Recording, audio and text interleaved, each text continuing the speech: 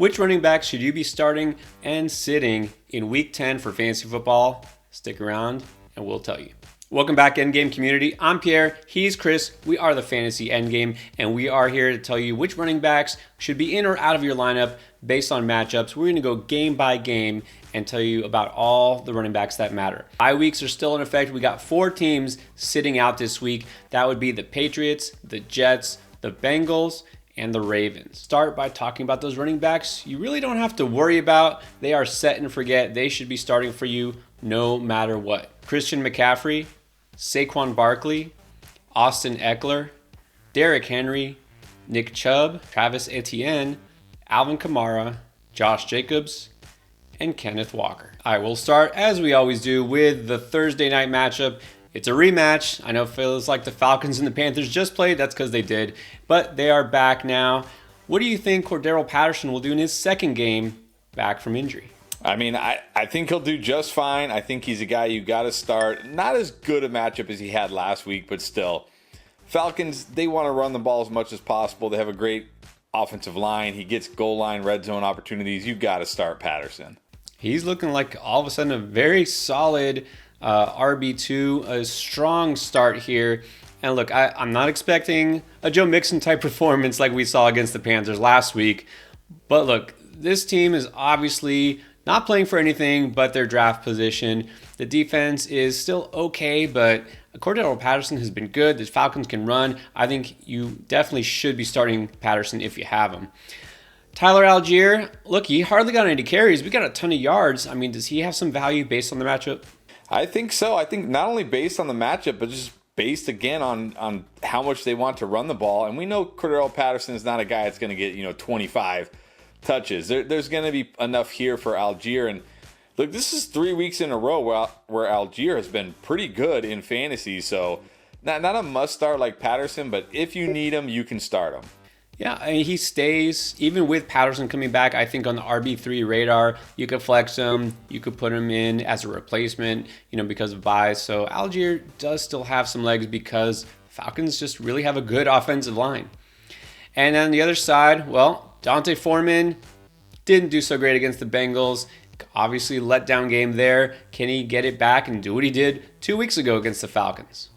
I mean, I don't think he can do what he did 2 weeks ago against the Falcons. Probably never going to do that again, but we've already seen it's a good matchup for him. He has touchdown upside. Unlikely that they're going to be down 35-0 at halftime like they were last week, so not a must start, but if you need him, you can start him. Look, I said you better temper your expectations in Week 9 because of the matchup against the Bengals.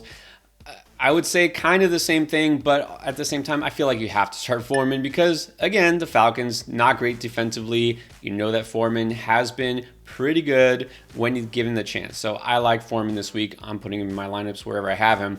And then Chuba Hubbard, well, Foreman's benefited from the fact that he hasn't played. Do you think he comes back? If so, do you trust him? Because it's the Falcons. I mean, I can't trust him coming back, off an ankle injury. Thought for sure he would be back next week, not able to.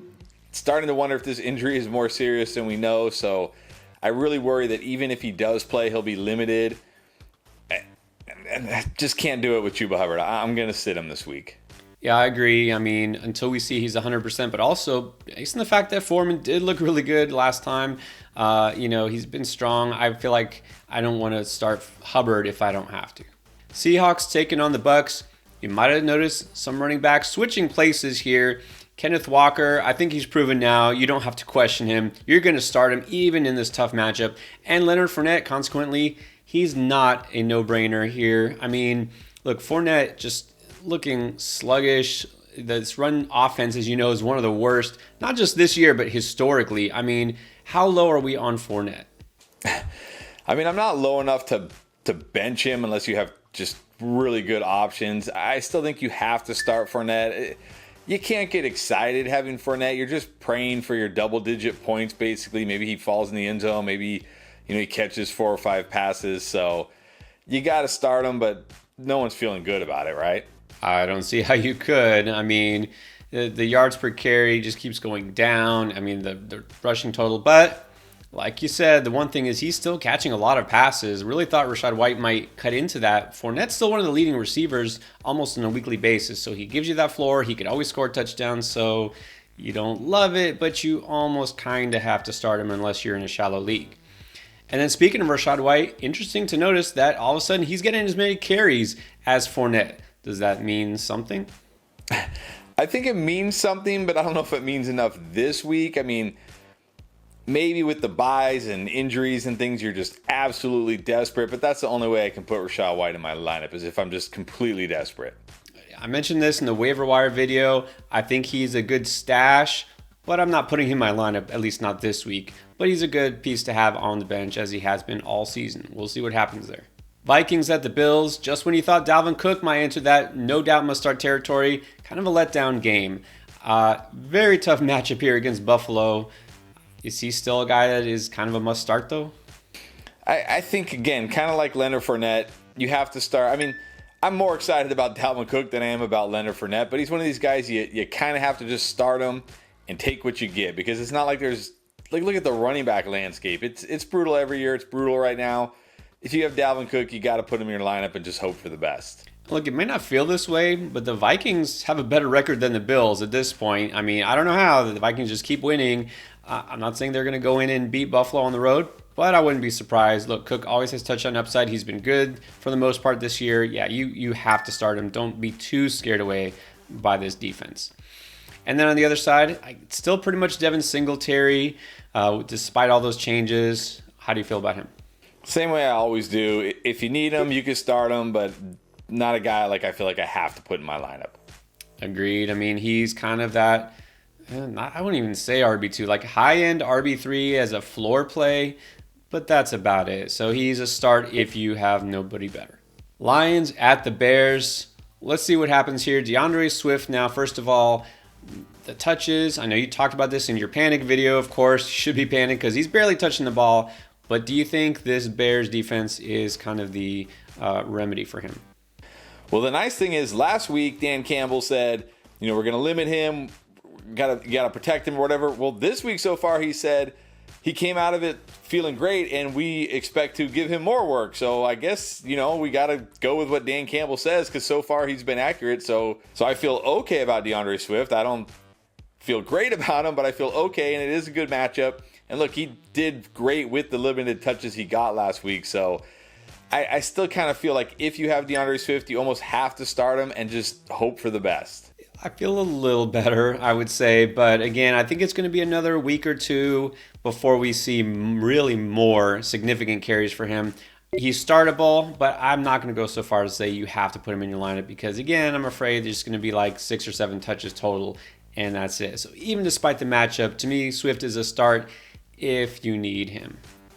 Jamal Williams, well, okay, he didn't quite smash like I thought. He almost had that touchdown. He was so close. How do you feel about him against the Bears? Another good matchup. I mean, the same way I feel about Jamal Williams anytime Swift is playing. Like, you can start him if you need him. We know he can score. It is a good matchup. Just doesn't give you a lot outside of touchdown. So, it's a good matchup. Not a must start, but if you need him, you can start him. Yeah, I mean, he didn't get in the end zone last week. He was very close. He could do it this week, but if he doesn't, then you're kind of left feeling just okay. I mean, he could do it, but can't guarantee it. I think he's a solid start, but not a must start. I'm not going to go as far with him this week. And on the Bears side, it's still a timeshare there. So let's start with David Montgomery against the Lions. I mean, it's the Lions. It's a great matchup. My worry here is Justin Fields is like the RB1 on this team now. So, I mean, again, I feel like it's a good enough matchup. Not a must start for David Montgomery, but if you need him, it's a good spot. He definitely could score a touchdown. So if you need him, you can start him. Yeah, I mean, obviously losing some touches to Herbert and to Fields, who was the leading rusher by far last week. So, yeah, Montgomery is just a flex slash, RB fill-in for the bye weeks or injuries. So not a must-start, only if you need to. And, of course, I'm going to say the same thing about Khalil Herbert. Kind of the same thing as Jamal Williams. Without a touchdown, Herbert's just okay for you. Definitely not a must-start. You agree? I do agree. Same thing. If you need him this week, you can start him. The matchup's good enough. He could score, but only if you need him. Jags going to take on the Chiefs on the road. Let's see if they have any success mounting a comeback like they did last week. So look, Etienne, you don't have to worry about him. He's proven the matchup doesn't matter.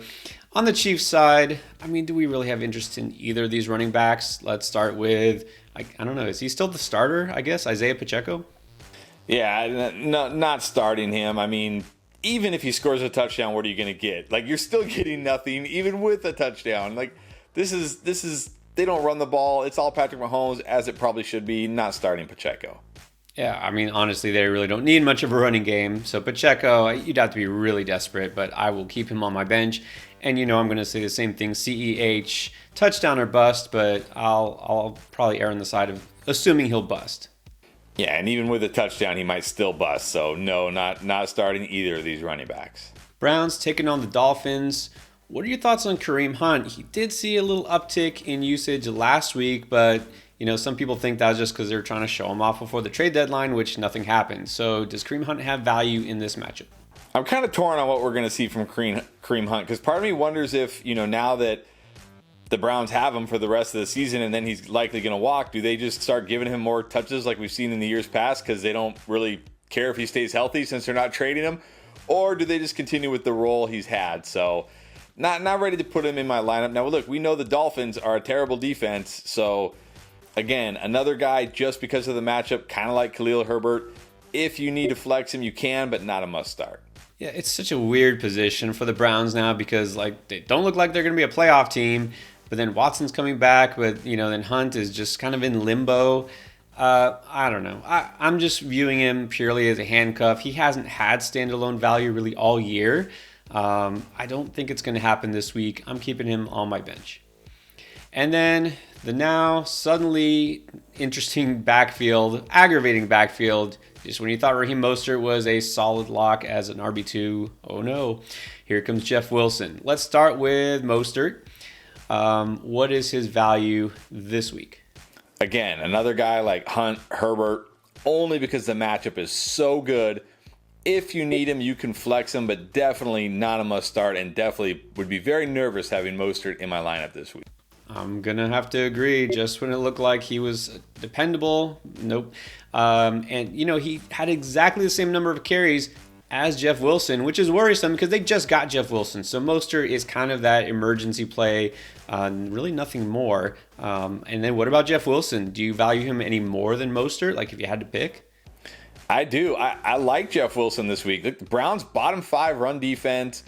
The fact that Jeff Wilson came in and right away had more touches than Mostert and as many carries as Mostert makes me believe that he's going to get even more work this week. It's a great matchup. We know in this offense there's always touchdown upside. I'm starting Jeff Wilson. And Wilson has the bigger, more physical back, more likely to get those goal line touches. I know each guy scored last week, but going forward, I'd probably bet on Wilson. I think Wilson, again, I'm not going to go crazy because it's still kind of a timeshare here, but I do like him better than Mostert. So start him if you need to, but not a go ahead and absolutely must start. Not yet. Texans taking on the Giants. Well, it's basically going to be the Dameon Pierce versus Saquon Barkley show. What do you expect from Pierce in this matchup? Probably a lot of yards, a lot of carries, not a lot of catches, maybe a touchdown. But Dameon Pierce, the Giants, they're very good against the pass, not very good against the run. He looks great. You have to start Dameon Pierce. Absolutely have to start him. His only real down game lately was against the Titans, who, as we've seen, have a really good run defense. So, yeah, Pierce should be just fine in this game. You definitely want to start him. Saints at the Steelers. Well, let's talk about Najee Harris. Do you think the bye week does him any good? Do you think anything changes here? Is there any hope for Najee? Not really. Hopefully, maybe, but I'm not trusting it. I got to sit Najee Harris. So sad, but yeah, it's hard to trust Najee in any sense. It's hard to trust this Steelers offense at all. So, look, I will say at least I like him better than some of these other timeshare backs in bad matchups, but that's not a whole lot. So he's a only start if you are desperate. Broncos going on to take the Titans. We're going to see a whole lot of Derrick Henry on one side, and then we're going to see Melvin Gordon and Latavius Murray. All right, let's start with Gordon. How do you feel about him? terrible. Not starting him. Like splitting work in a tough matchup. Not starting Melvin Gordon. I already mentioned, Tennessee has a good run defense, just a pretty good defense in general. Yeah, you can bench Melvin Gordon. I think it's pretty safe to bench Latavius Murray as well, correct? Yeah, definitely benching Latavius Murray. Colts facing the Raiders. Oh boy, what do we make of the Colts these days? We know that Frank Reich was just fired, and that follows the quarterback change, which I think it's safe to say isn't working out. So as of right now, JT, we don't know. Is he going to play? If Jonathan Taylor does come back and play, are you going to put him in a lineup? I'm not going to be able to say Jonathan Taylor is a must start if he plays. We don't know how healthy that ankle is. This offense is got to be the worst in the NFL right now. I'm going to say Jonathan Taylor only if you need him. That's where we're at in year 2022. Yeah, because look, we know either he's A, not healthy, or B, this is a tank job, which I firmly suspect B is true. Either way, can we trust Taylor to put up big numbers?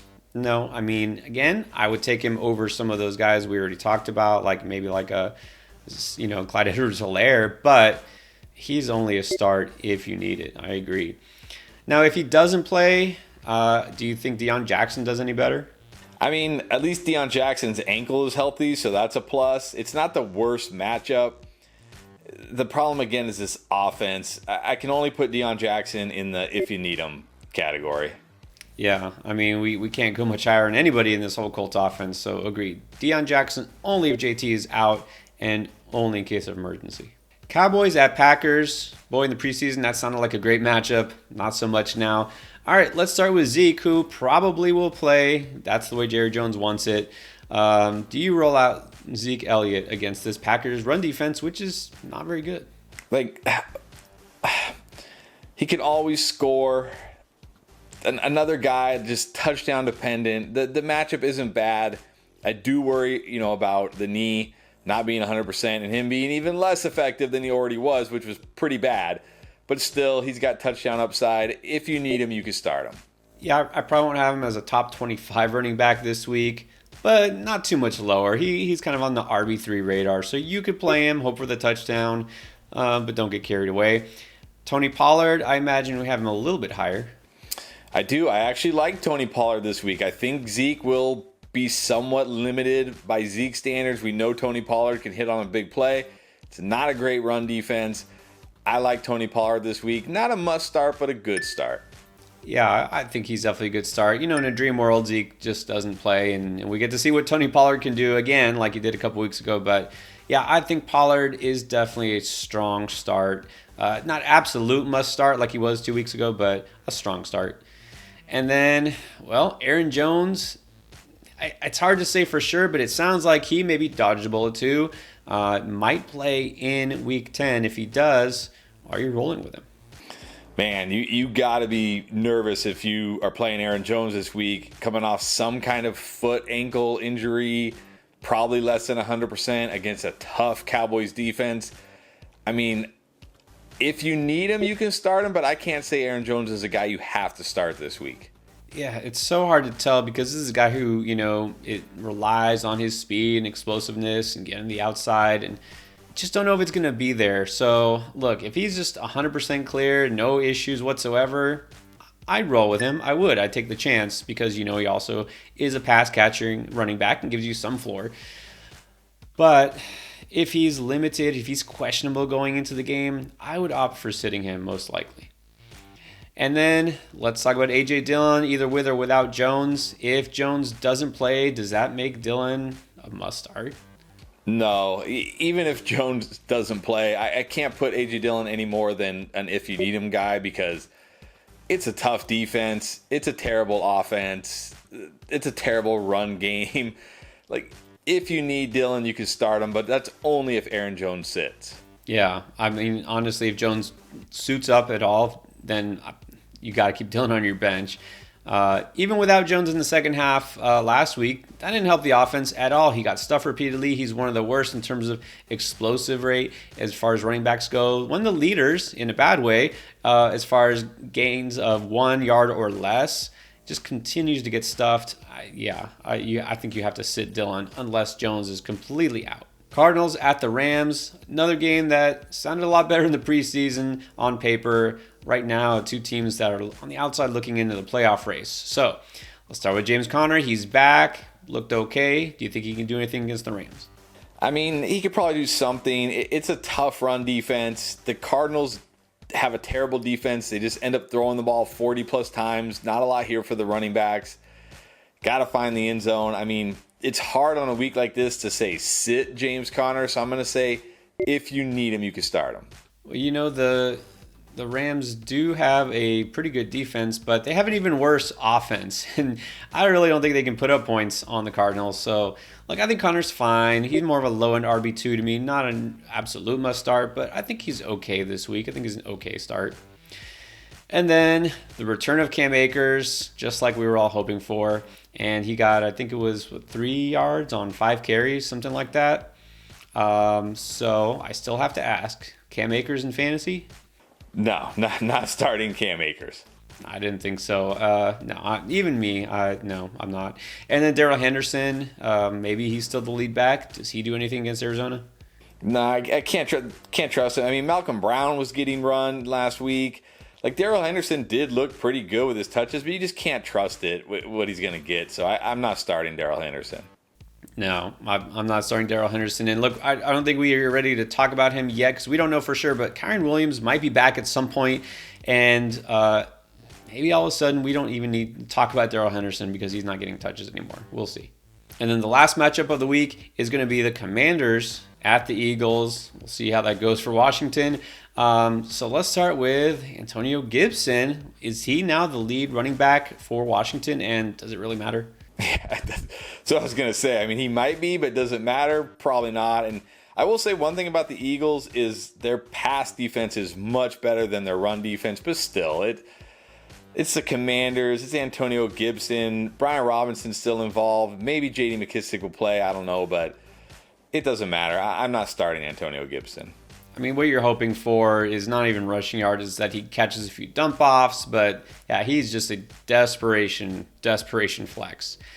And then Brian Robinson, I don't even know if I can go that high anymore. I mean, great story, but he's just looking worse and worse each week. Yeah, cannot start Brian Robinson, no. What about Miles Sanders? I mean, some might argue he's almost in that no doubt must-start territory. What do you think? Yeah, if you got Miles Sanders, you almost have to start him. I mean, he's not like a must-start like, Christian McCaffrey or those guys, but he's one of those RB2s. You just put him in your lineup. You take whatever you get. You know he's going to get the touches. Going to have good game script. It's not a bad matchup. You start Miles Sanders. Yeah, I wouldn't say I think he'll go off this week because Washington's run defense actually isn't that bad. You saw they just limited Dalvin Cook, but he always has that upside to score big runs. So, yeah, he's a strong start this week again. All right, those are the running backs that we feel should be in or out of your lineups. What about wide receiver, tight end, quarterback, and everything else you need to know for fantasy football? We've got you covered. Check out our Week 10 playlist with all the advice that you'll need.